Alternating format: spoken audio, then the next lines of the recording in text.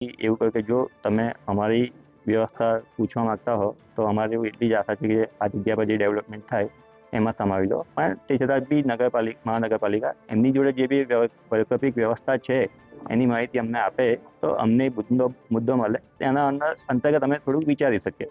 એટલે અમે એમની જોડે એ આશા રાખી છે કે અમને એમની જોડે શું અવેલેબલ છે, કઈ કઈ વ્યવસ્થા છે, અમારા માટે એ લોકો શું વિચારે છે એની થોડી માહિતી આપે.